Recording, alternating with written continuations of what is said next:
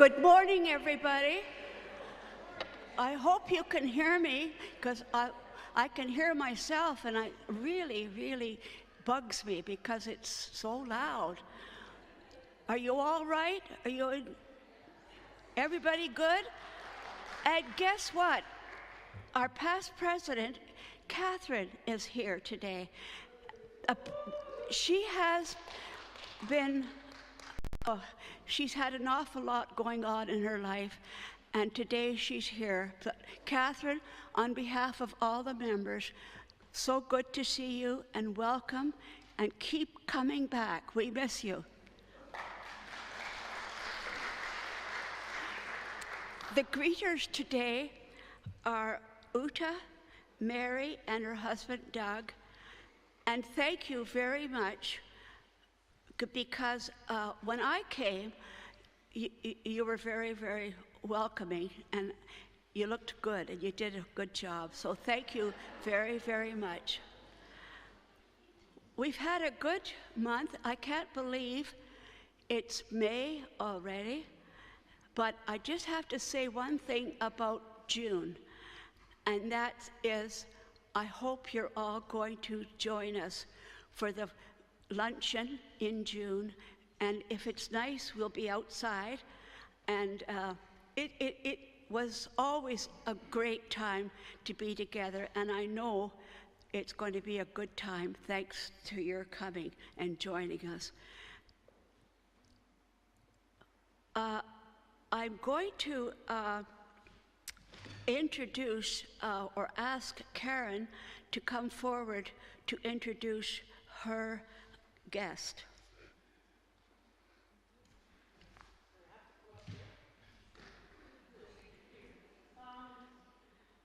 I have a neighbor and friend, Heather Oliver, who has always got a mic here.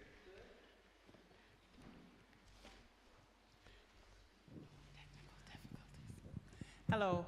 I like to introduce my friend and neighbor, Heather Oliver, who has come for the first time today to visit, and she's going to tell us a little bit about herself. Apparently I have to go up there, so I'm coming up here.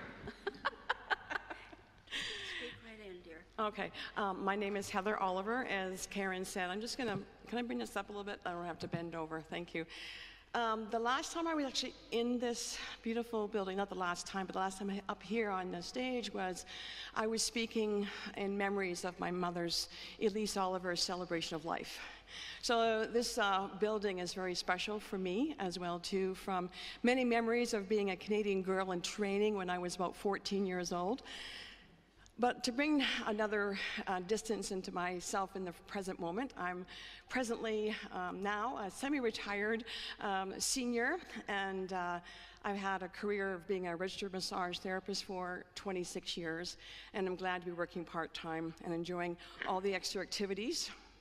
As Karen said, you're very trusting. I'm a member of PROBUS right now, by the way. First time here, and here I am. One of the, we talk about goals and dreams, and one of my goals is to become a better listener. So I'm not going to be sharing too much about myself, because I'm looking forward to meeting more people here and becoming friends with you and listening to your stories. And if the time applies, I will maybe share some of my stories. I'm going to share one short story here. It's really not my claim to fame. It's more about my father. My father was a veterinarian up in Paisley, Ontario, and he was a country veterinarian back in the day. We're talking about the 1950s. And back in those days, things were pretty rough and pretty, crazy going. And where he got his claim to fame, but not really him, it was more the cow that birthed a two-headed calf. And the calf was born on April Fool's Day, and the cow's name was Mischief. And this calf lived, and it got into Ripley's Believe It or Not. So that's my only claim to fame in that sense of it for my father, Peter Oliver. But anyway, I'm looking forward to meeting more of you and listening to your stories.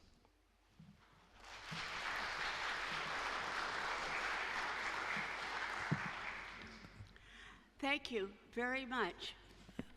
Very interesting, and we look forward to keeping in touch the next few months, and then we're off July and August, but then we resume in September, so we promise to keep in touch, and please get involved. We love volunteers. We all help each other out, and it's a wonderful way to make new friends. Now, when I was hosting a group at my house, this was left. Well, Ruth, I don't want to tell everybody, but it was full of gin. And of course, I didn't want it to go bad, so I had to finish it. I hope you understand. So I'll just leave it here. No, I'll leave it here. I know I told secret, but you don't mind. Okay. We're going to have a very interesting speaker today, and Bill is going to introduce the speakers, and if you'd like to come forward.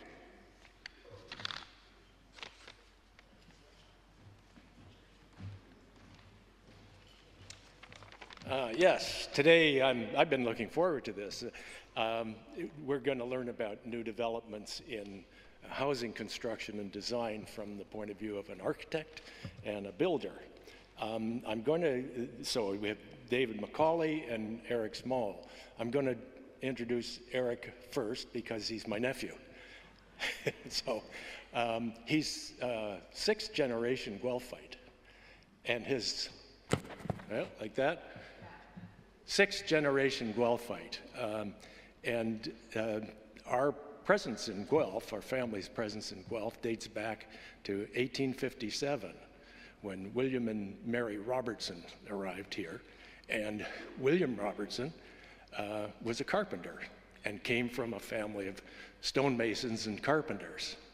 So that's Eric's history, his DNA.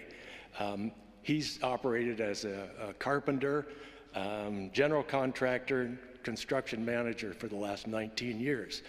I've followed his progress. He started out with small jobs and they got bigger and bigger, and he would give me a tour and I'd say, wow, Eric, you did this? I said, yep. And so he went on to more and more complicated things. He's now the principal in SL Builders. He has a reputation, I know, because people tell me, even if they don't know I'm his uncle, they tell me that he has a reputation for quality construction and honesty, and that's not always found in the construction industry.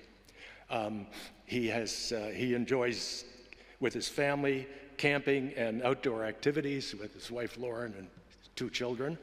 I think the Prime Minister is 11 and the doctor is 9.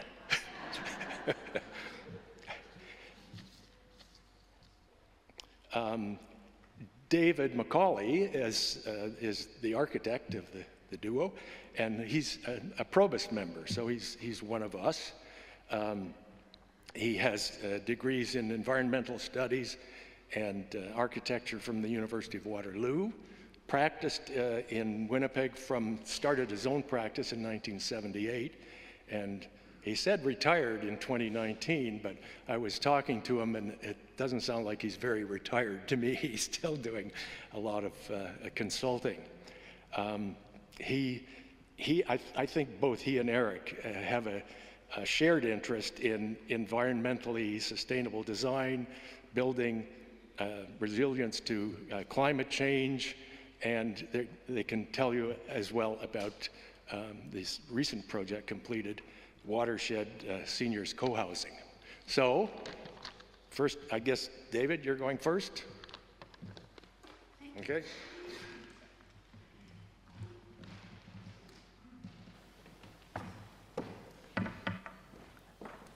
Thank you, Bill. This is working, I think. Is it? Yes. Thanks. I should also say that I'm a neighbor of Eric's as well, and he was also the builder, as Bill says, for Watershed Co-Housing. And thanks for the introduction. Are we into the program here? I have some slides to show you, and I'm building on the first PROBUS meeting that I had was last month, and it was on, as you'll remember, Carrie Hand was talking to us from an occupational therapist point of view about loneliness. So I wanted to build on that, and it really tweaked my interest, the subject of that conversation. And so I'm going to be building on that and talking about some of those things that we're looking at there. And loneliness is certainly a very big factor, as Carrie has said, in terms of aging in place, and a lot of people, even young people, going through that. So I wanted to talk about the housing continuum, and it might be familiar to some people. Also the priorities and preferences that people have in terms of their housing, and then talk about the design and options that there are out there, and community, and then place. So this is an overhead view of Watershed Co-Housing that's at the corner of Woolwich Street and Mont Street. You probably recognize that. I just wanted to talk a little bit about myself, and I'm not sure that this is going to qualify as an introduction to PROBUS, but anyway, it's a start. And it's my family and my dad's history in terms of his health. And so on the top left corner is a family home that he inherited from his great-grandparents. And so he wanted to stay in there for the rest of his life and hoped that people would want to carry on with that home. But as it turned out, he had Parkinson's and he couldn't stay there very long because there were stairs and that type of thing. The bottom corner, the left corner there is actually his 75th birthday, and that's going to be my birthday this year as well, believe it or not. So I don't know if this is prognosis of what's going to be happening, but anyway, he deteriorated after his diagnosis, and he had to go into a retirement home, and eventually he fell and broke his hip, and he had to go, he tried to get into rehabilitation, and they wouldn't get him into that because of some dementia, so he ended up at St. Joe's. So the bottom right corner is where he ended up, and he died at 92 years old. And so anyway, that was his prognosis, and he tried different things in terms of retirement living, but I think there were a lot of things he failed to do, was to make the house accessible and that type of thing. So I just wanted to show you a few slides to introduce the topic, and I don't know if you can read them from where you are, but you know, these are a few snippets in terms of moving into home and multi-generational living. So the one on the left, of course, is somebody bringing their child home again, which happens occasionally to people. I was smart enough to say, well, I'm going to build a small enough home that there's no room for them in the home, so they can't move back. The continuum of housing is something I want to dwell on, and at each extreme to this, on the left and the right-hand side, you can see the right is the highest, and that's what people often come from, is a single-family detached home, and that's the highest need in terms of several parameters, environmental and health and social and all the other friends and that type of thing is where we begin usually in this process. And in the center is the most sustainable and where we want to be in terms of the lowest need from all, again, of these same parameters. So it goes from the single-family home to rented homes or smaller compact homes to apartments, and then co-living or co-housing is in the center. So that's the lowest need and the most environmental. And then medium care is when you're in some retirement facility with more care or home care, whatever it is, or maybe a partner is looking after the care. And then it progresses into long-term care and hospital or chronic care. So, you know, these are the things, and I guess everybody would want to aim toward being in the center where your impact, you know, in terms of climate change, environment, and society in that realm. If you move off center, there's less reverb. Okay, that's a little better. Yeah, I'm not really using notes here, so am I blocking anybody with this? So I guess the way we start out is we dream of having a cottage or a rural property and that type of thing on a lake and forest and that type of thing, and that's what I have as well at this particular point in life. And so that's something that's a part-time to me, and people have a choice of being urban or rural with that, of course. And you're not always able to stay there, and the healthcare isn't there, and transportation becomes an issue, and cost and maintenance and that type of thing is also an issue. So this is another retirement home that I actually designed and built on Dufferin Street in Guelph. And there were a number of things that I had with that house, and one was longevity. So that house will be there probably for 300 years or so. It's built to last, very strong and robust. And it has a lot of environmental features to it and very solid materials and that type of thing.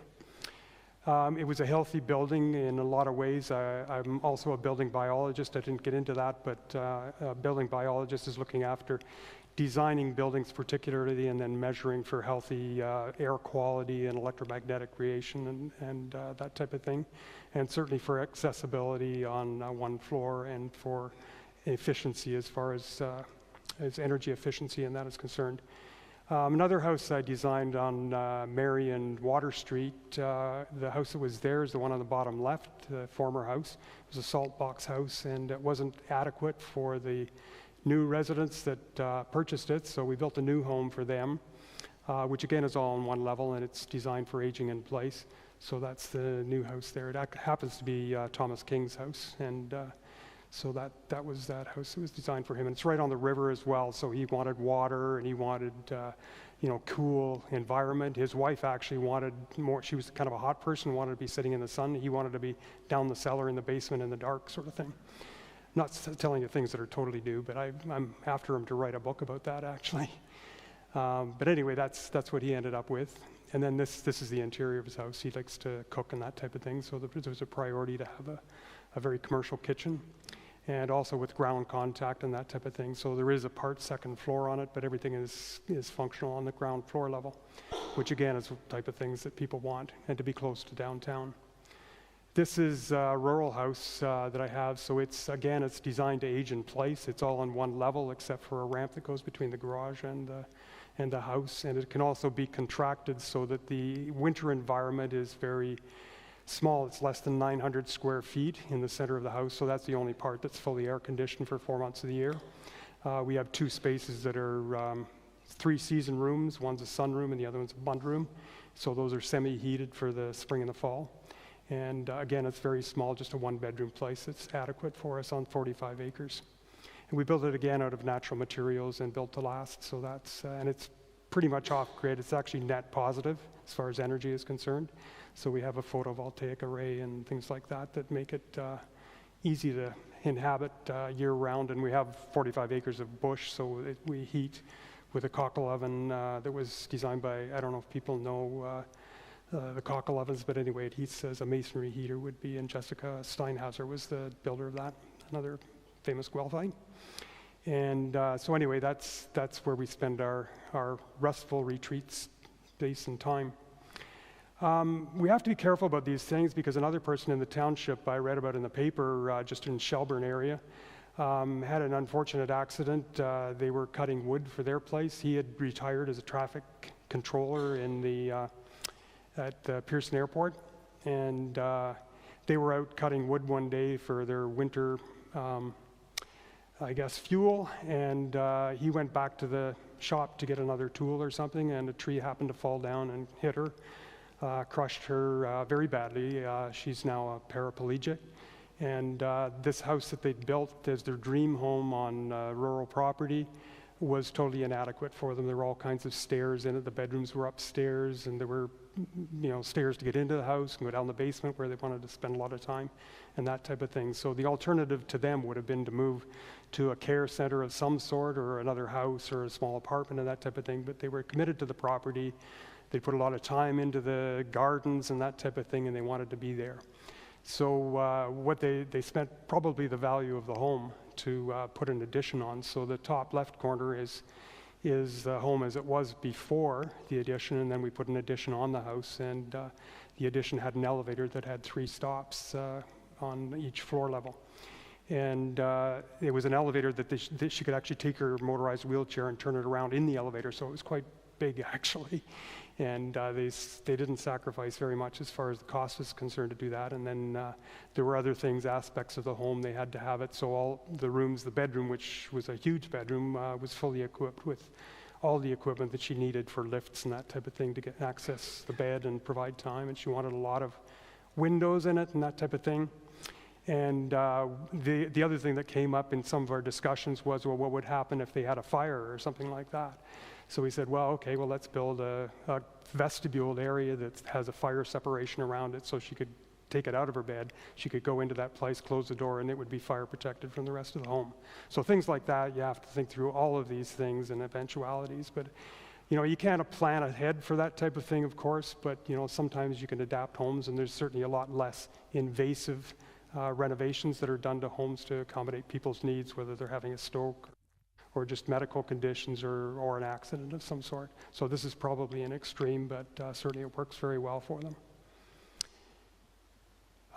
Another home I built, I don't know if people have been to Sussman's Menswear in Arthur, but the owner of that, David Sussman, was an early client of mine a long time ago, and he wanted to retire and still have his part in the business with his sons taking over. But he wanted to build a home next door, so he did. It was all on one floor, and he wanted, for instance, a drive-through garage, so he didn't have to back out of the garage. Everybody knows how hard it is to back out of a garage and maneuver when you can't turn your neck and that type of thing. So he wanted something you just keep on driving through. So that was just one feature that we added to the house. But there were a lot of other things too, because she actually had polio from birth, pretty much. And so they had to have separate bedrooms, and of course he snored, so she couldn't put up with that either. I don't know if anybody else has that problem, but so they had separate bedrooms, and I thought at the time, oh, this is a marriage that I wouldn't put any money on at all. So, you know, you don't think of all these different reasons, but there's probably a good reason, and I can think some nights that I'd rather have my wife in another room too, but we don't. We put up with each other. Sometimes, but anyway, it might convince her at some point to do that type of thing. So there's a bathroom in the middle that they meet in, but they have bedrooms on each side, which are soundproof to make it work for them. And so anyway, there's a lot of things you can do to make a home work. And if you're designing one in the first place, you can accommodate some of these needs. You can't anticipate things like the tragedy that would happen with a tree falling on you, but certainly you can do things to keep it on one level, which is a good chance that you'll want to do that at some point in your life. So people don't want to move, but you know, they have to, obviously, in some cases. So another home that I designed, which is kind of an interesting design, and it's designed as a retreat center for people who have severe environmental sensitivities. And it was built right on Georgian Bay, and it also was heated with a cockle oven. But it's a bigger home, and it's designed such that they have the residence home, basically, and then there's you could call it a granny suite next to it, but there were bedrooms interlocked between the two parts of the house, so it could be a 4-bedroom house, or it could be a 3-bedroom house, or it could be a 2-bedroom apartment on 2 levels, so they can rent it out as an Airbnb or bring family in, or I stayed there overnight as a retreat at one point, and we had a conference in this place. So it can easily be accommodated. It could be sold as a separate unit, as a duplex as well. And now in Guelph, I guess you could make it a 4-plex even, which is something that's a good feature to build into homes even when you're designing them. So a lot of the homes I'm designing now can actually accommodate that. This is something people are probably familiar with, the Cole Road Cooperative in Guelph, just south of Stone Road and east of Scottsdale. So there are quite a number of townhouses there, and when they designed it, it was the days when people's families were much younger, so it was entirely 2- and 3-bedroom units all the way through the whole development, and it was such that it had been around for probably 20 or 30 years, and the residents had grown older, so their families had left home, and nobody was left there for them, but they had 3 bedrooms, and they didn't know what to do with all the space. They wanted to stay in the cooperative, and they wanted to keep them in the same community. So what they wanted to do was to take apart the common room that's there and turn it into, I think it was 8 1-bedroom units. So we were able to accommodate that on that corner of the property. There was just a little triangle at the corner, and we were able to accommodate that there. A couple of other projects that people are familiar with in town are the smaller apartments. So you can see here we're moving kind of down the ladder toward in the continuum of housing. So this is becoming like a 1 or 2 bedroom apartment sort of thing in retrofitted repurposed buildings. And this is a really good thing to do because obviously we're not losing the heritage buildings that we would otherwise in building new. So co-housing is something where I tell people that co-housing is a lifestyle. It's not an ownership model. It's really a way of living together. So you live together as a group and you share meals on a regular basis. You share tools, you'll share gardening. We share everything. We share artwork, furniture, cooking. It's incredible. It's like I tell people, it's like living with your best friends. So they have their own self-sufficient suite, but you also have a larger community space that you can share, and we have regular meals. We have weekly yoga practices in there. We bring people from the community in there as well, so we have yoga classes for 10 to 15 people. And there's a number of residents I've visited that way. So this watershed is the co-housing development that's modeled for seniors, particularly because it's one bedroom plus den or 2 bedroom units. And it's modeled after some other ones. There's a very successful senior co-housing project in Souk, BC, called Harborside Co-housing. I think it's about 33 units. It's a beautiful site right on the water. As you can see on the bottom left here, it's overlooking the bay. These were sold for $350,000 about 8 or 10 years ago. The first models were out there, and they have their own wharf. I was telling Eric about this. He'd love to retire there, which is I'm sure he's going to do in a couple of years. And there's fishing and boats and sailboats and kayaks and everything else there to play with. But they also have these decks that are common. The picture in the middle shows the decks that are common space. And those are places where you can meet your neighbors. So the whole concept as far as co-housing is concerned is do you design the place to engage with your neighbors. So you can't walk down the hallway, go down the elevator to the basement, get in your car and drive away like you can in a lot of condos that everybody knows. So you can miss your neighbor for months or weeks or never even meet them and move out of there. But with co-housing, you have to meet your neighbors. So you know what they're doing. You still have your privacy, so you can accommodate that. But when you come out into the public space, the hallways are wide enough. I'll show you some examples of that. The decks are common spaces, so you set your chair out there. You don't own it as yourself, but you can be there. You can see in your neighbor's door and see what they're doing today, or if they're up, or if they're in trouble. So you're really looking out for each other and caring for them on a continual basis. And this goes whether you need it or not. So the individual units are smaller, as I say here. You'll have a common guest room, so you don't have to have that second bedroom. You can have a 1-bedroom unit and you still have use. They actually have two visitors' rooms at Harborside, and one can be for a caregiver. So the caregiver can actually move in there and look after somebody on a regular basis. There was one lady there, one of the founders, had a hip operation. She came home the next day, basically. They put her in her room, and already there were 3 meals for 3 more days sitting in her fridge already when she came home. And constant care for people. We happen to have 2 registered nurses at Watershed as well, so they haven't had to look at us. But one person had a knee replacement not now, but a month ago. And when she came home, she didn't have a shower that she could go into. But our particular suite, we have a roll-in shower, so she's been using our shower all the time. Since then, every couple of days, she has a key. Like everybody has a key to everybody's units, so they can go in if they need to and water the plants or take the dog out or that type of thing. These interior streets that we're talking about here is in a co-housing project in Langley, just outside Vancouver. And in the winter and the rain, whenever they get out there, you can be interior in this space and working on it on a regular basis. So again, these are very common spaces to be used on the outside. Usually the ownership model of a co-housing project is cooperative. So you actually own your unit and then the common space is shared by everybody and you pay your monthly charges on that. So the ownership could be cooperative or it could be co-housing. Most of them are co-housing.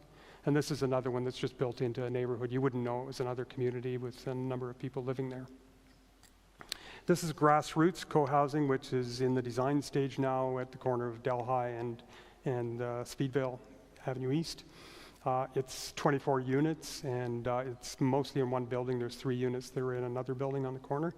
So this is the property, and down the left side there is Speedville, and the top side is Delhi. So we have the parking coming there of one large building, and then the house at the corner is going to be a triplex on 2 floor levels. So it's an urban woodlot behind there. It's a splendid little gem of a wild space out there, and most of the units, almost all of the units, are facing into that space. So that one's in the design stages, and that's going to be coming down the pipe probably in 2 or 3 years. We've got more design workshops and that type of thing to complete it, and then it'll be under construction. So there'll be things like car sharing. We've found there's a lot of sharing of everything. When we got there for the first winter, there were I think 8 or 10 shovels in the storage room. We said, well, why are we ever going to need 8 or 10 shovels?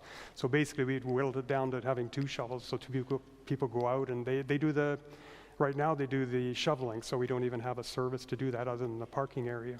So people get behind things and do things, you know, if you enjoy, some people, believe it or not, love shoveling snow. Other people like gardening or baking and that type of thing. So there's always somebody to do something there. This is one that's really exciting, actually. It'll probably be the biggest one in Canada. And it's at the Orchard Park building at Ignatius Jesuit Community. I think a lot of people know that. It's on 600 acres of organic farming and trails and lakes and all kinds of other things in there. So Habitat for Humanity has a proposal now to take over the site and a few acres around the property there and either rebuild the building, renovate it, or add to it. To put 40 units of senior co-housing in there, and then there'll be some Habitat 50 units or 40 units of Habitat accommodation, and then 10 units with other community social service agencies for affordable housing and that type of thing in there. And we're going to keep some heritage parts of the building and then add on to it. So it's a very beautiful place. It's kind of the junction between the rural and the urban community. And right now, we're actually looking for people who are, is anybody from Guelph or Amasa Township here? Or maybe in your membership you do? We'd really like to engage with you because we want to take, usually co-housing starts with the people. It's not a matter of designing a building and then saying, oh, now we got all these units for sale. We're going to get the community together, and that's the way they all happen. It's designed by the people who are going to live there, and it's owned by the people and developed by the people who are going to live there. So it's owner developed. It's not like everybody gets their own design for the units. For economy's sake, we probably want to have some uniformity to it, but we want to get people engaged in this particular project right away to take it to the township, get it the planning approvals that we need to proceed with it, and then we'll move on to the next stages of that. I just want to back up. This is Watershed Co-housing from across the street. So it's 6 units, 5 in the addition and 1 in the existing building, and then it has an office component on the ground floor and a common room on the 3rd floor and in the basement. So a lot of spaces there, and Eric was the builder for that one as well. And this is the site plan. So it's Wowitt Street and Mont Street. So there's other forms of that as well. So Abbeyfield, we did the first Abbeyfield house in Ontario for St. Andrew's Presbyterian Church, and it was used for a while, but the house wasn't really specifically designed for that, so it didn't continue on. But Abbeyfield is a group home for the elderly with a live-in housekeeper, and there were, I think, 5 residents in the Abbeyfield house there. There's another one now in Caledon that's working quite well as well. It's much bigger. There's also another organization that's taken off a lot, actually, and it's women living together. Basically, it's co-living, what I'd accommodate that. So there's 1 kitchen and several bedrooms with their own bathrooms, sort of thing. And apparently there's like 600 of them in Canada now, 600 individual homes. They're usually just in a residence, a larger home that can be outfitted so everybody has their own bathroom and their own bedroom. And then they have this common space, so they share meals and certainly live together in a more intimate way, I guess, in terms of the house that's there for them. So anyway, this is the end of my presentation. I'll get Eric up here as well. And the one thing I wanted to point out is I have information about all 3 of these projects, the co-housing projects, the one at Ignatius I just talked about, and Grassroots, which is in the formative stage, and they're looking for new members as well, and then Watershed, which is filled. So, or if people would just want to know anything generally about co-housing, I'm happy to talk to them about it, or you can take some material here, and we can talk about it again. So I'll turn everything over to Eric now and let him take it from there.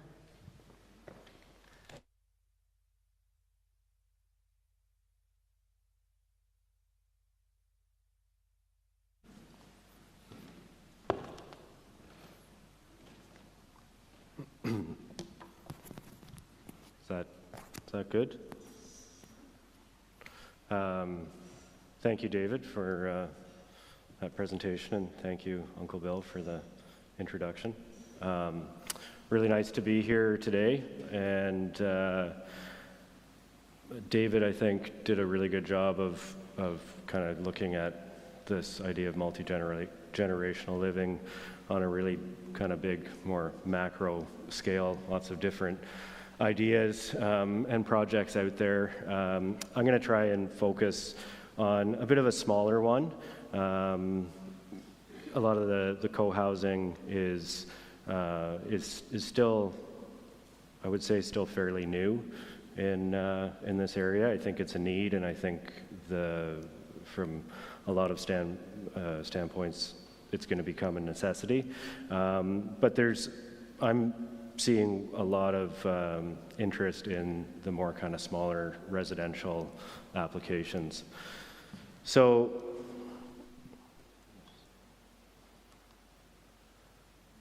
I'm actually going to go here first.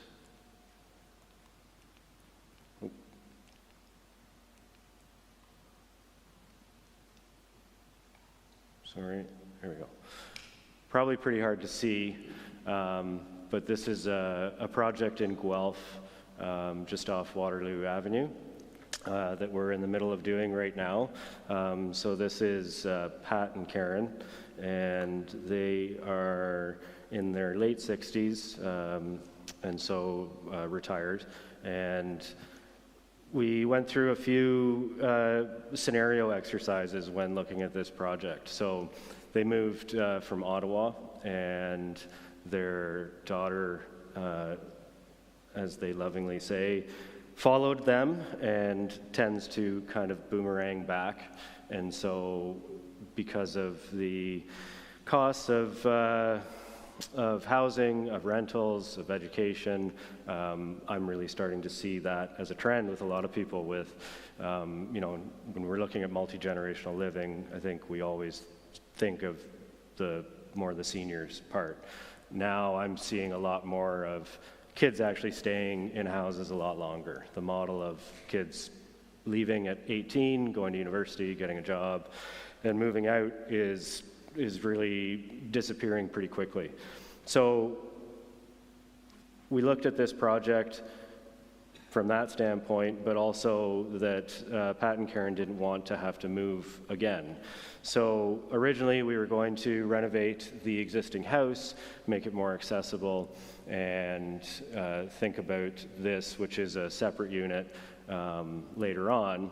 But when looking at the scenarios of, say, the 5 to 10 year, which would be more trying to meet the immediate need, which was their daughter needing to have a place to live, they looked at, well, let's build this unit first and then renovate the house. So we're just about done construction on this. It's about a 500 square foot, what the city calls an ARDU, or an ARDU, accessory residential dwelling unit. And so it's in their backyard. I mean, 500 square feet is not necessarily small, but it's not big. So creative with the use of space.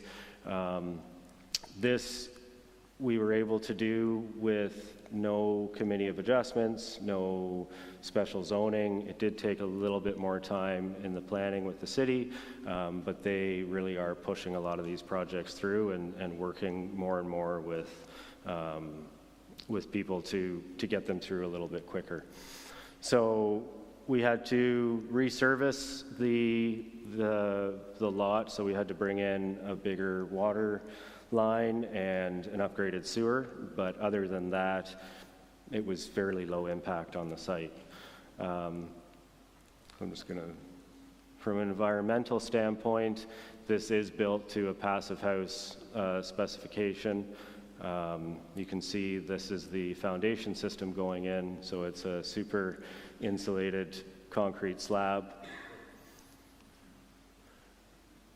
We went with a prefab, pre-insulated, panelized wall and roof system. So essentially we we put the whole building up in a day, and it's insulated and watertight, basically ready for finishes after a day.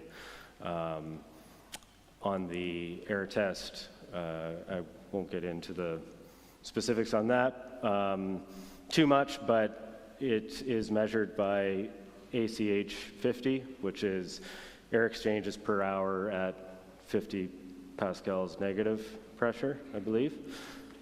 David, you can correct me on that. So you pressurize the building and you measure the leakage. Passive house is 0.6, and on this at Rough Inn we got a 0.25. So basically it's an airtight building. It's a very, very small mechanical system. It's all electric, no gas, no fossil fuel. And so not only from the carbon perspective, but the operating cost of this is going to be very, very low. So definitely a little bit more cost when it comes to the build, but over time, this will cost basically next to nothing to actually run. So right now, this is meeting the immediate need of their daughter. When it's done, they have plans for her to move in, to be able to continue with school, save some money. And the nice thing about this is if circumstances change, this can now also become a rental income for them, for the owners. The long-term plan would be that as they age and don't need as much space in the house, that they could transition to this area and rent the house out. Another scenario is this could become a place for a live-in caregiver as they age and stay in the house. I think those are all my slides. I'll just leave that one up. I think so for me, the common thread in hearing what David was talking about and what I'm hearing with a lot of clients is that we need to become more creative with housing and how we look at it, and we need to move towards sharing resources, not only from a social standpoint, but from a build standpoint. It's really hard to do these as one-offs. Not a lot of people can afford this immediate capital cost, and so I think I'm seeing more people becoming more creative with how they share these resources through their family. I mean, in David's case with Watershed, the big thing I see there is that a lot of these people came from that neighborhood, and to be able to do a project that size, you need to have that community involvement. You need to have those people. So I think there is a shift. I feel very lucky to be at a point in my career to be able to be picking and choosing a little bit more and seeing a lot of these projects. They're meaningful. I think just my own personal situation with having two young kids and looking at what the future may hold for them, my wife and I continually have conversations about how that's going to work in the future, and it's really exciting to be a part of all these projects.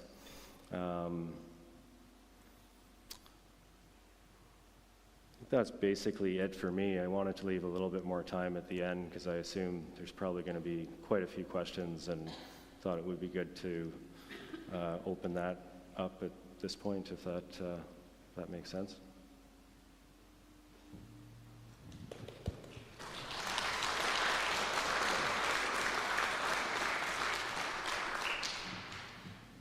What an interesting presentation. We always think we know everything, but right now, this is an experience. Again, we're learning a lot. And thank you. And I'd like to find out if there are any people who would like to ask questions. I don't know if you're permitted to say, but approximately what's the cost to build that? So I would say on the low end, that one could be $350 a square foot, but at this point it's closer to $450 per square foot. 500. And I think that's where you get into that discussion about, I'll just stand up, shared resources, that's a big chunk of money, and not everyone has, $250,000 at that point in their life.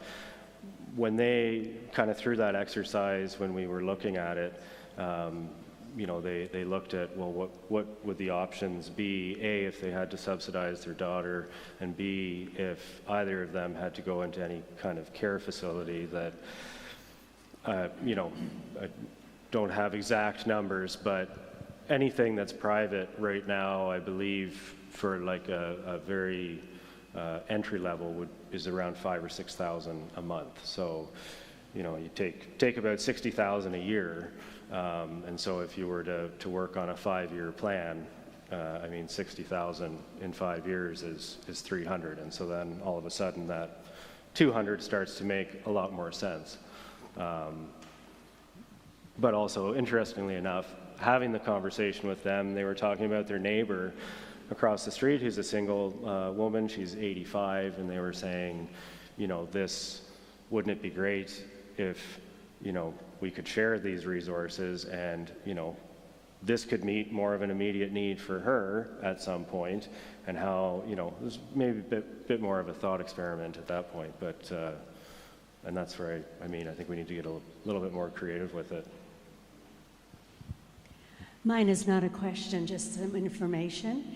My older son sold his house in Fergus, bought a house in Elora that had the possibility of a walkout basement apartment, and he fixed that up for a very reasonable amount of mortgage, and his oldest son and his family moved in so that they could save money for eventually a home of their own, and it's turned out to be super successful, because the son has a couple of dogs and a child, and they have a common area in the back for the child and the dogs, and they're just loving it. They're thinking it's super, and it's supposed to be for a very short time, but I think they've gone to like it so very much that yeah. And they have their own private space, they have their own private entrance, but if they want to be together, it just takes one quick text. Grandma, can you come down? I need to go and wash my hair or something. And then Grandma goes downstairs, and it's just worked out really, really well. So I'm really happy for them. Yeah, I think the interesting thing is that multi-generational living is not a new idea. Like, we're probably one of the few countries that doesn't, it's not mainstream. I think there's so many benefits like that. If you're watching from home, you can ask a question through the chat function, I believe. Hi, Eric. Hi. I think we know each other. Yes, we do. What do we learn from history? Lou and I gave a talk a number of years ago on our son's marriage in Malaysia. At that time, he needed the grandfather's permission in order to get married. And we visited him. He was 93 at the time. And there he was with his wife in a home, his older son, my age, and his wife, his son, his wife, and their 6-year-old and their 2-year-old all in one building. Yeah.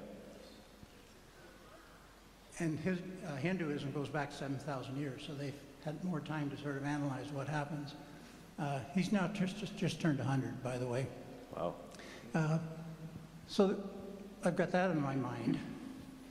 On the other hand, I'm also looking at my other son in New York City, who lives in a brownstone in Brooklyn. And when we visited him last week for our granddaughter's 14th birthday, and I'm fully aware that from the street to my bedroom is 60 steps. So what they did back in the 1800s is they had workers that worked in New York City that couldn't afford to live, so they created in Brooklyn all these high brownstones. Mm-hmm. So we got that part of it. The third thing is my brother in Cambridge and his son in Cambridge just each sold their house and have now moved into one house and are slowly going through the adjustment of how you do that. My question, and you know from having been in my class, I tend to tell a lot of stories, but my question is, with all of the tall buildings that are now empty in Toronto because they were office buildings, what's it going to take to convert those into living to solve or help solve some of the problems that we have? Because it seems to me land isn't going to change no matter how many stories you build, and history tells us that you build up. Mm-hmm. Thank you. Yeah, I was going to say that's probably a good one for David. Yeah, well, I don't want to get into a long consultation on that, but office buildings generally are not of the design that they can accommodate residential apartments, so multi-residential apartments. And one of the easy things that people know is the elevators and the stairways and the washrooms are all on the interior core of the elevator, and then the outside perimeters have windows or it's all glass floor to ceiling. And the building code requires you to have at least 10% of your glass area in a bedroom and a living room. You don't need it in the kitchen and the bedroom, but you'd have to move all the washrooms to the center to hook into the plumbing, and you'd also have to have your kitchens on the inside and your bedrooms to the outside. And it just doesn't make it practical. The other thing is that the mechanical systems and the electrical systems are, again, designed centrally. So that has to be distributed. So you're having to do all the new HVAC, all the new electrical, all the new lighting, all new ceilings. There's fire separations between units all the way through. So it's not an easy thing to do. I had lunch with chief building official for the city of Kitchener who used to work for me about that. And we got into that conversation, and it's just not happening. And these are places like Kitchener that have a lot more office space that's empty than in Guelph. So it's not a given that that'll happen.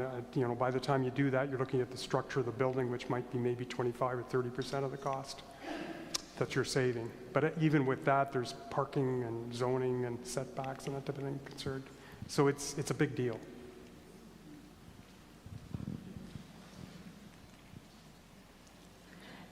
I'm just thinking, Eric, the kids today, are they going to want, or at least the grandchildren, are they going to want the houses that are going to be left to them in the next few years? And I mean, there's got to be, things are changing, both the rules for building houses and the attitude toward the environment. And I'm just thinking, are some of these old houses, thinking these beautiful old stone and brick houses, are they going to be possibly retrofitted in future to serve the needs of their kids? I think a great question, and I don't know. I think from an economical standpoint, I think it's going to have to happen because, like you said, they're not building more land, and the previous models are not working, and so I think it's going to take a shift, and how that happens, I don't know. I think, having not been totally involved in the planning of watershed, but some of the coming more in on the later end, and you could correct me if I'm wrong, but I think having some more support from the city, the municipality, like some consideration on development charges and the soft costs, I think that's going to have to shift in order for that overall shift to happen, because it's, seeing what David went through was like, 9 years of difficulties just to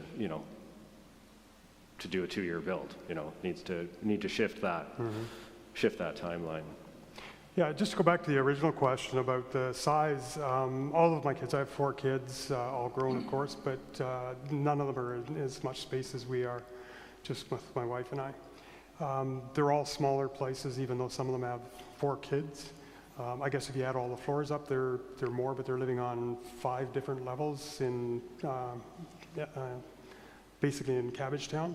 And they're much happier with smaller space, and I'm certainly a proponent of that. The smaller space, better quality is far better to do than to build square footage. I mean, it's just a misnomer to say, I just throw it out to the real estate agent, why do you advertise houses by the square foot or the apartments? It doesn't matter. You can have a well-designed building with a lot of windows and that type of thing that's half the size and still have as much space as you need to live. So square footage-wise, it can be much, much smaller than we're doing. And if you share spaces like in common house, you know, or commercial kitchen, guest rooms, that type of thing, you can reduce the size of the unit even further. So 500 square feet is quite adequate. Yeah, 2 short questions. With the small structure built in the backyard, I'm assuming that the electrical wiring is underground. And as far as summer and winter and temperature changes, possibility of an electric heat pump? Is that what you're thinking, or is it just radiant? It is a forced air heat pump, yes. So it's a ducted, as opposed to a ductless, it is a ducted system. Okay. Very small, yeah. I'm really excited about what I'm hearing about Orchard Park. I've been familiar that there has been some talk for a number of years, and it's just so great to hear some positive, more information about it happening.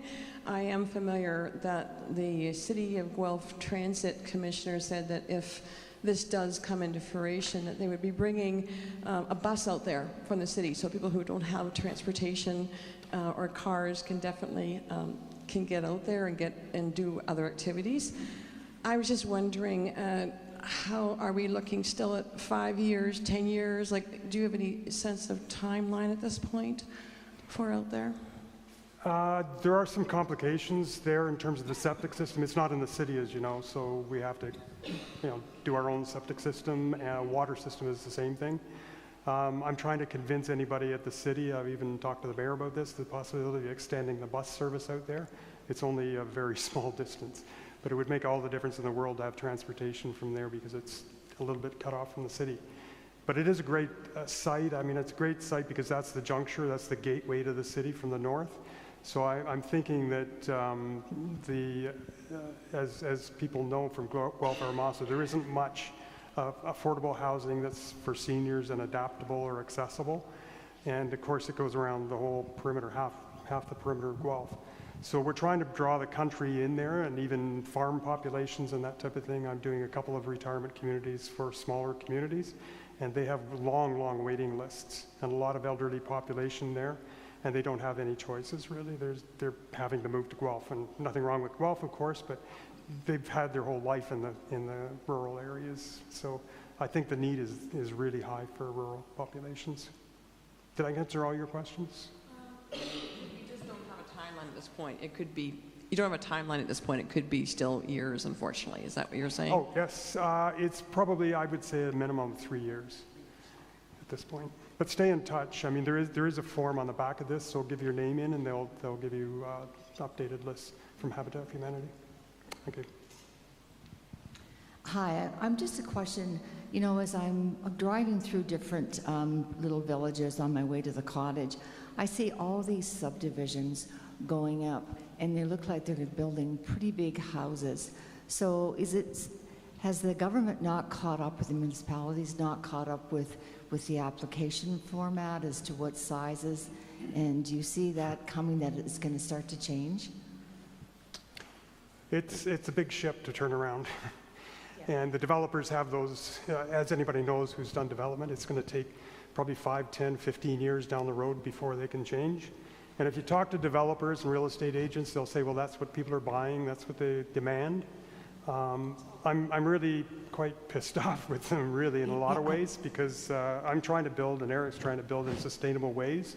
And I've had many arguments with real estate agents and appraisers and banks all the way through, and there's zero value to that as far as adding any cost to the cost of a unit. So a 1 or 2 bedroom apartment across the board anywhere in Guelph, they say this is the price on it. And you say, well, we've got all these, the windows are 3 times the cost of, you know, basic code compliant windows, but they don't give you $1 more as far as financing is concerned or anything like that. So there's so much in the whole industry that has to be changed around. And starting with the real estate agents, I think that's probably a good start. If people aren't buying those places, then they're not going to build anymore. Okay, and just a question, is there any group of people that, for all of us who would like it to stop, can we sign up on a list or something? Talk to your counselors for sure. Your counselors approve these. And talk to your agents, talk to lawyers, anybody in the industry, talk to your banks. I mean, the banks aren't supporting that either. Oh, okay. You know, we have other parts of the world where they subsidize the mortgages for it because the utility costs are so low. Like Eric's talking about, you know, the cost of the heating and cooling is negligible, really, you know, pennies almost a month. You know, why wouldn't that be applied to the mortgage and say, well, we'll give you a bigger mortgage where you could, you know, you could build better quality construction with that. Exactly. And the cost is going to be there for a long time. And for 1/7 of the cost, I don't want to get into a long discussion about that, but you can build a building that's going to last 300 years. Otherwise, you're going to have to demolish it 7 times over and rebuild. And that's just not good for climate change, is it? No, not at all. No, I loved your presentation. I think this is a great way to go. For a long time, I thought we all have to start to live together, whether we like each other or not. I think also to add to that in terms of to echo what David said, talking to your counselors, they've been talking about they're redoing the Ontario Building Code, and so they now have I think it's 2,600 code changes, and to try and tier up to the national code. And they got rid of, so for years they've been talking about energy efficiency and starting to have that phased in. And out of those 2,600 changes, they axed all the energy efficiency stuff. So none of that has changed, again, because it's largely run by large developers, and to change their systems and to, to build better is just too hard as they see it. And so they've unfortunately haven't. Yeah.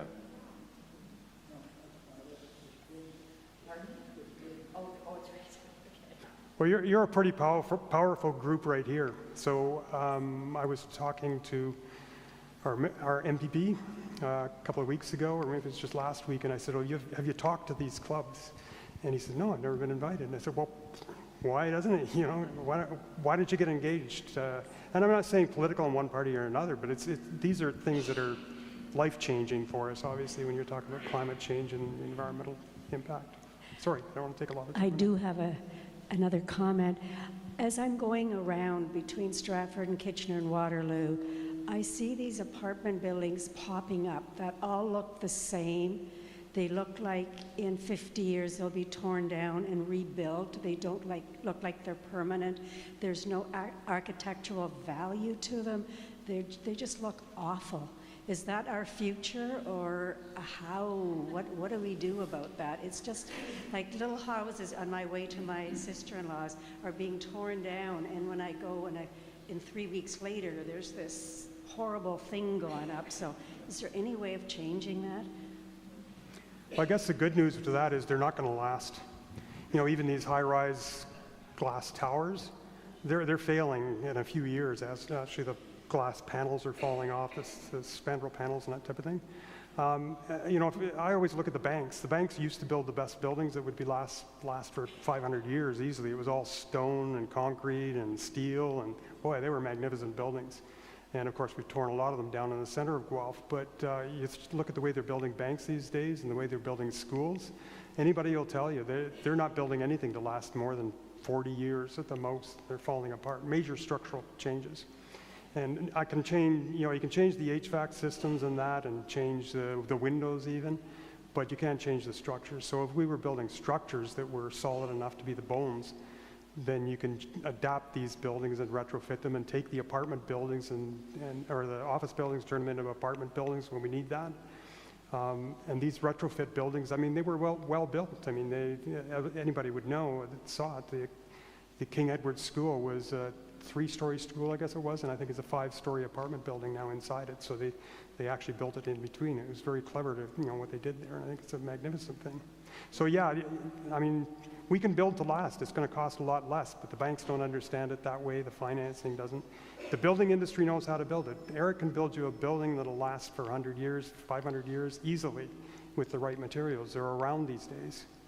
So you just have to put the importance in that, cut the size down, build better quality.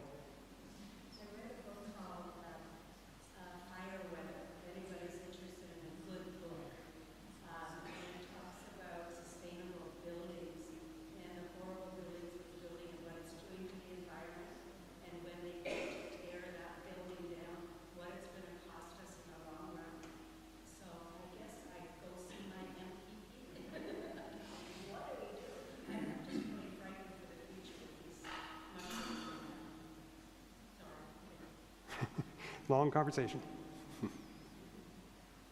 Wonderful questions. Thank you for being able to answer them all. And I'd like to ask, I would like to ask Proven to come forward, please.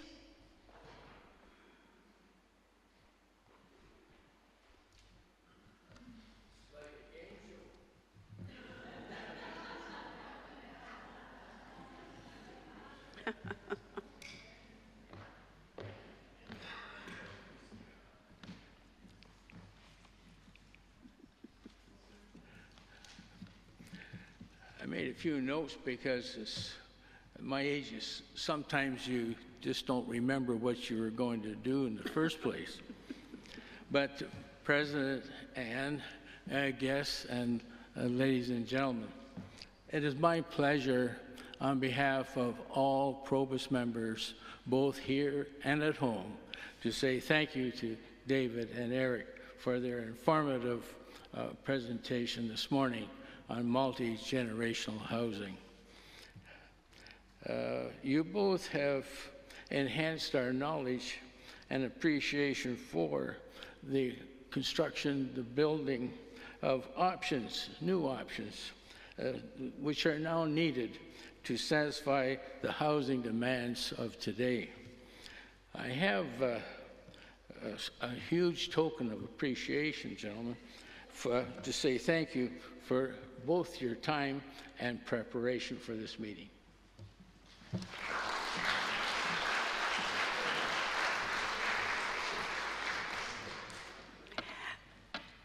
Ladies and gentlemen, just before I was coming up to start the meeting, someone came over to me and said that he or she had a Who Am I presentation. And I would like for that person to come forward. I think his first name might have been Michael. Has he gone home now?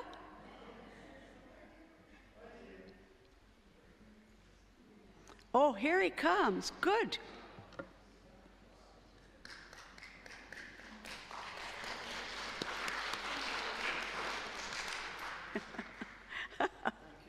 You're welcome. Thank you for holding on there.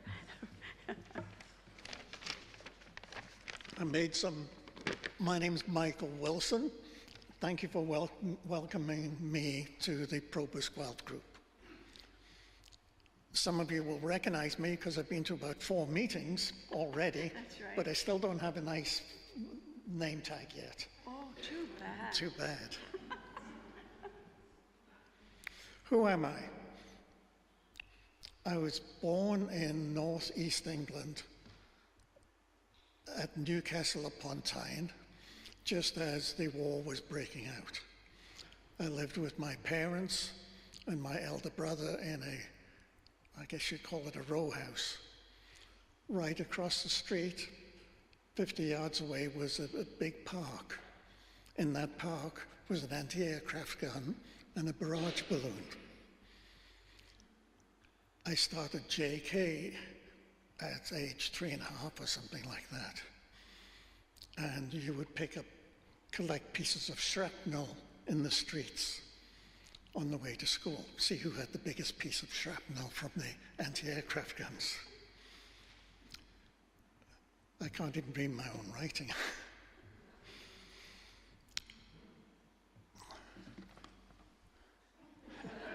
I still can't read it.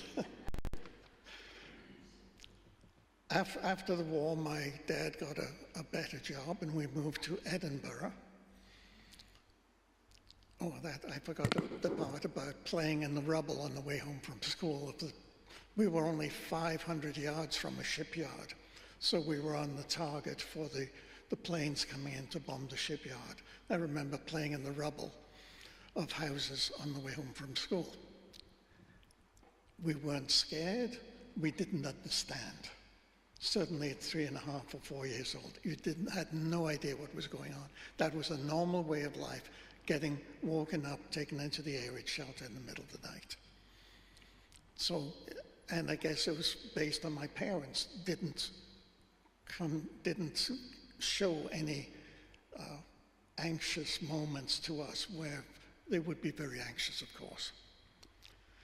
So after the war, we moved to Edinburgh for 4 years. We had 3 terrible winters, and my dad says, we're not staying here. So we moved to London.